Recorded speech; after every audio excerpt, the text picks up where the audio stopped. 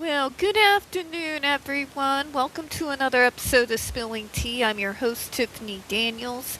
And yes, we'll get to the JRC in a moment. First, disclaimer, if you're unfamiliar with the Stop the Shocks campaign, you will find pertinent links in the description box. Should you like to go ahead and do a deep dive, you should be able to go ahead and do so. Trigger warnings, this channel is marked not for kids for a reason. I do use profanity. And when we talk about places like the Judge Rotenberg Educational Center, you're going to hear vivid descriptions of and catch clips of surveillance footage of people with mental health issues and disabled people being tortured and abused. So, if you have children that watch the channel that are 16 and younger, parental supervision very much advised, alright? Okay, where we left off, let's see what Jane has to say. She has an MA in psychology. We are probably, just like last time, going to go ahead and bust this in half here since it's a little bit of a longer one. And Jane says, we need to have greater definition of the many disorders that are collected under the umbrella of ASD. Hard agree. Hard agree. We do need something that's a little bit more definitive because we are so vastly different from one another, and we do have functionality skills that go up and down and in the middle all day, every day. So something more definitive would be great. I do tire of having to explain anytime I change up my treatment team in any way. Explaining to them my own diagnosis. Yeah, I'm glad I went back to Pearl this time, let me just put it that way. But let me go ahead and continue. This includes non-speaking people who understand what's being said, but are unable to speak because they lack of motor control. The ones who have learned to type and use a voice sympathizer have communicated the suffering they experienced being treated as if they can't learn anything, and being physically restrained when their efforts to communicate by physical means has been misinterpreted. Thank you! Glad somebody said it. This idea that just because a person who's autistic may be nonverbal, that means for whatever reason that we can't learn is so prevalent. Even now, they just assume because their kid doesn't talk, their kid doesn't know anything. There are a lot of people who do a lot of talking who really shouldn't be. Perhaps your child is showing a lot more wisdom than those who just let their gums flap all the time. Myself included, I'm a talker. But for God's sake, yes, assume competence. Always. You find out later it's something a person just not something they're going to be able to do, fine, you can go from there. But always assume competence. This idea that just because a person is nonverbal, that they don't know what's going on around them and that they can't learn is far beyond idiotic. That's not how we treat not how we should treat folks who are also nonverbal who aren't autistic. But we really do get pigeonholed into that big time.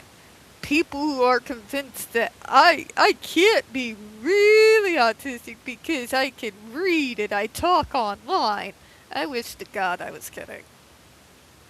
It's either they put me on some bizarre pedestal and they don't think I have the right to bodily autonomy, or they think that you're just a faker. Really? Try it sometime.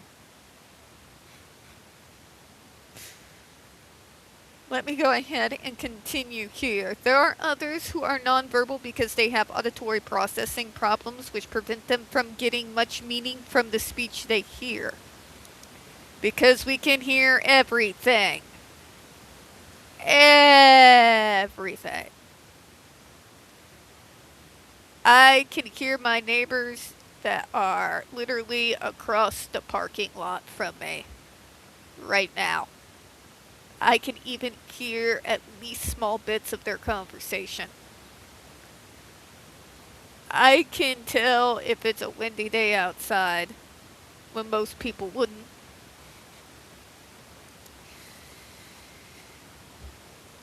Yeah, we know what's going on in our environment. That sometimes it's painful and hard to focus on one thing.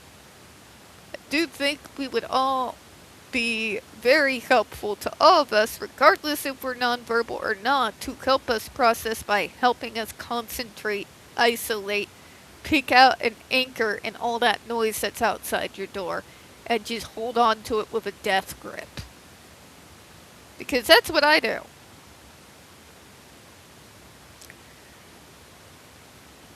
Let me continue here. Some of these children are able to parrot whole sentences and songs with varying degrees of understanding.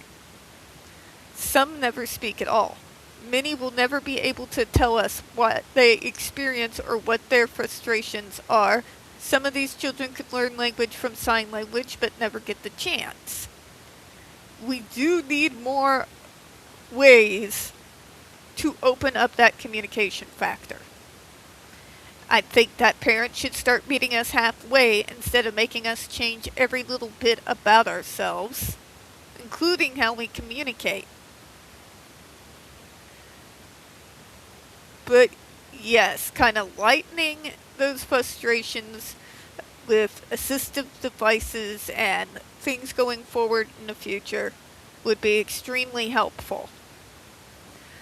I would say we might even at some point want to look towards AI, but AI kind of terrifies me because I'm part of the generation that really slammed about the robots taking over and we're all gonna die. But I don't think that's actually going to happen, but we've had paranoia built into us in regards to technology because of our sci-fi movies since we were kids. But if it could help at least in particular in this area, maybe using an AI voiceover for when we type so that it can get that out to other people might be something worth looking into. Alright, we're going to finish this up here. All instances of non-speaking and other poor communication disorders are due to some kind of neurological problems. There are ranges of severity and degrees of disabilities, and we're all constantly, even neurotypicals, are on a functionality scale. And where we land on that scale is never in the same place. It fluctuates throughout the day. But the lived experiences are highly varied. We do a disservice if we consider that the lived experience of any single person is relevant to others who have completely different lived experiences.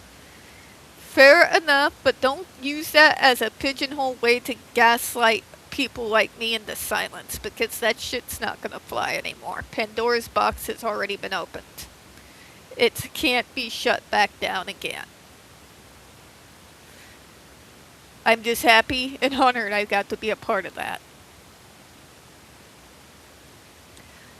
But anyway, folks, we are going to go again and get off for now and close out. We don't get very many views on this channel. The few we do get do tend to get removed from time to time. If you folks would be so kind, please don't forget to hit the like button, hit subscribe. Of course, folks, please don't forget to hit the comments and make sure you're still set up for notifications so you won't miss any new episodes of the Down the Rabbit Hole series or the Snake Oil series. We do appreciate your time, and as always, folks, we here at Spilling Tea absolutely do hope you all have a good one. I'll see you all in a little bit. Bye, everyone.